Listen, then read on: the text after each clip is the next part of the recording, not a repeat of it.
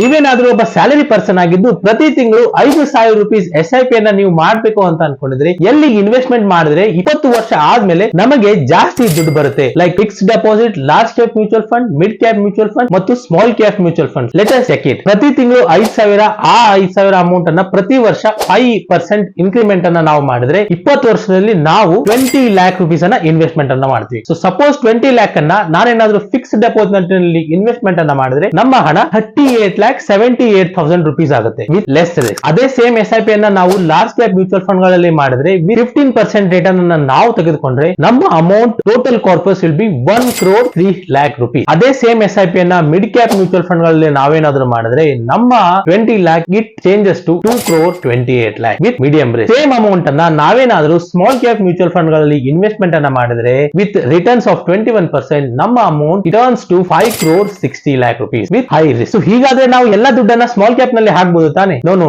ಈ ರೀತಿ ಮಾಡೋದ್ರಿಂದ ರಿಸ್ಕ್ ತುಂಬಾನೇ ಜಾಸ್ತಿ ಆಗುತ್ತೆ. ಸೊ ಸಪೋಸ್ ನೀವೇನಾದ್ರೂ ಈ ಕ್ವಶನ್ ನನಗೆ ಕೇಳಿದ್ರೆ ನಾನು 5,000 ಅನ್ನ 2,500 ಸ್ಮಾಲ್ ಕ್ಯಾಪ್ ನಲ್ಲಿ ಇನ್ವೆಸ್ಟ್ಮೆಂಟ್ ಮಾಡ್ತೀನಿ. ಯಾಕಂದ್ರೆ 20 year ಪೀರಿಯಡ್ ತುಂಬಾನೇ ಲಾಂಗ್ ಟರ್ಮ್ ಆಗಿರೋದ್ರಿಂದ ರಿಸ್ಕ್ ಕೂಡ ನಾನು ಇಲ್ಲಿ ಮಿನಿಮಮ್ ಆಗಿ ತೆಗೆದುಕೊಳ್ಬಹುದು. ಮತ್ತೆ ರಿಮೈನಿಂಗ್ 2,000 ರೂಪೀಸ್ ಅನ್ನ ನಾನು 1,000 in mid cap funds and 1,000 rupees in large cap mutual fund and remaining 500 rupees ಅನ್ನ ನಾನು ಫಿಕ್ಸ್ ಡೆಪಾಸಿಟ್ ನಲ್ಲಿ ಹಾಕಿ ನನ್ನ ಎಮರ್ಜೆನ್ಸಿ ಅಥವಾ ನನ್ನ ಸೇವಿಂಗ್ಸ್ ಗೋಸ್ಕರ ನಾನು ಇನ್ವೆಸ್ಟ್ಮೆಂಟ್ ಅನ್ನ ಮಾಡ್ತೇನೆ. ಸೊ ನೀವು ಎಲ್ಲಿ ಇನ್ವೆಸ್ಟ್ಮೆಂಟ್ ಮಾಡಬೇಕು ಅಂತ ಅನ್ಕೋದ್ರೆ ಅದನ್ನ ನನಗೆ ಕಮೆಂಟ್ ಸೆಕ್ಷನ್ ಅಲ್ಲಿ ತಿಳಿಸಿ and I will see you in the next video.